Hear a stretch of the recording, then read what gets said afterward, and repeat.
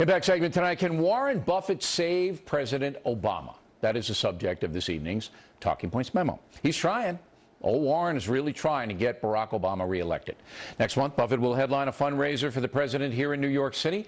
If you have a spare $35,000, you can get a VIP ticket. But why is Mr. Buffett so emotionally invested in Mr. Obama? Warren Buffett was once a Republican, but switched parties, saying he believes the Democrats do a better job in leveling the field for those who draw an unlucky ticket in life. The Washington Post reported that quote. Buffett endorsed Barack Obama in 2008, but also raised money for Hillary Clinton during the primary campaign, hedging his bets. In 2003, Buffett agreed to advise California Governor Arnold Schwarzenegger about economic issues, and we all know how that turned out. California is on the verge of bankruptcy. Just today, Warren Buffett announced he will invest $5 billion in the Bank of America, which is having a very hard time. On paper, Buffett's investment looks to be shrewd for his company, Berkshire Hathaway. Full disclosure, I have stock in that company.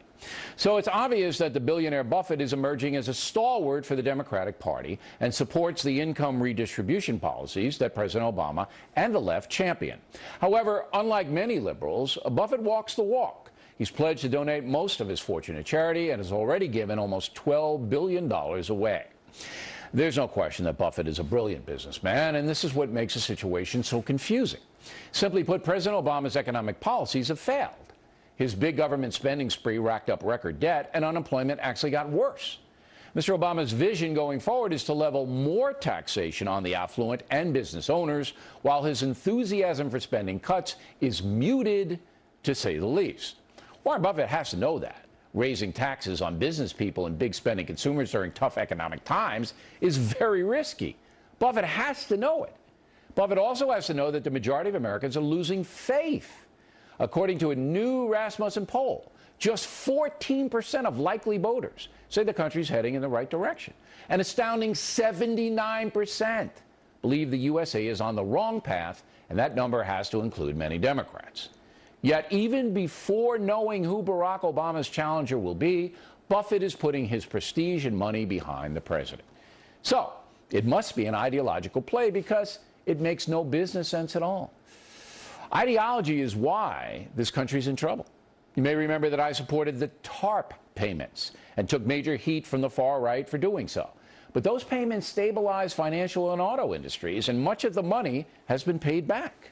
So in hindsight, I was correct. And I made my assessment based on problem solving, not ideology.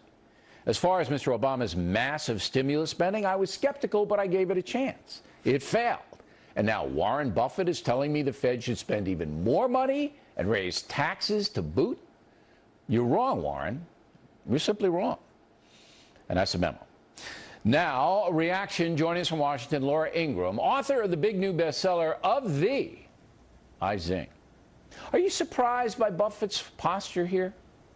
Well, I can't psychoanalyze him. I mean, trying to figure out, the Oracle of Omaha on this issue is kind of difficult. But I think we have to look into the fact that, look, he just put in this huge amount of money into Bank of America, right? And if Bank of America was going to go the way that a lot of people are warning that it could go, which is into more rocky territory, Bill. I mean, we have people talking about the need for another TARP. I mean, you love TARP 1, you're going to love TARP 2, because Bank of America, folks are saying, could be laying off not people in the thousands, but in the tens of thousands. And I bet that Warren Buffett probably knows that. And I'd like to know what he said to President Obama a couple of days ago in that phone call that President Obama made to Warren Buffett to get economic advice. I don't know if he shared the information that he was thinking of investing in Bank of America, but if Bank of America started to go south fast, it might be even bigger, too big to fail, but that would be another disaster for the Obama administration. And I mean, we have to speculate, and that's all we can do, because we aren't privy to the call, and the White House made no information about that call public. But we have to speculate that that call had to do with Bank of America, and that, Warren Buffett, I looked at the deal, and the deal is good for Buffett. I mean, yeah, 6% return, guaranteed. Yeah, he's buying in a very low price, but it's also helping President Obama. There's no doubt about it. It's helping him out because, as you said, if BOA goes down, the stock market's going to drop another 600 points at least, and the world is going to go, you know what? It's out of control, and the American people are, that's it.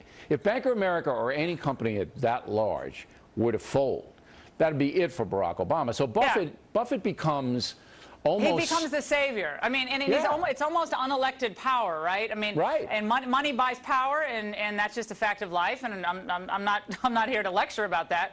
But remember, he made a really shrewd, really well-timed investment in Goldman Sachs at the end of 2008. He got that money paid back, before Obama came into office. It was just paid back earlier this year, and he also made a really handsome return on that money. So he has an enormous amount of power. I don't know. Maybe it's fun. It is kind of the end of his business life to wield this kind of power. It's different from being in the business world uniquely. So maybe he enjoys that. But Bill, on your TARP point, not that we're going to relitigate TARP here, but look, if TARP was such a success, and the IG, the Inspector General Neil Barofsky, said it wasn't a success because of the consumer and business loan aspect, just didn't bear out. But we shouldn't be in this trouble, right? Really, with Bank of America, if TARP was such a great success, and people are talking about TARP too. I think it goes company by company, but I believed President Bush when he got out there and said, look, if we don't do this, everything goes over the cliff and we have a depression.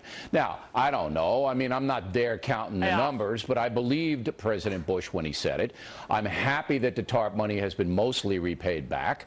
So I think I made the right call on that because I'm looking out for the folks here. GE got a lot of money.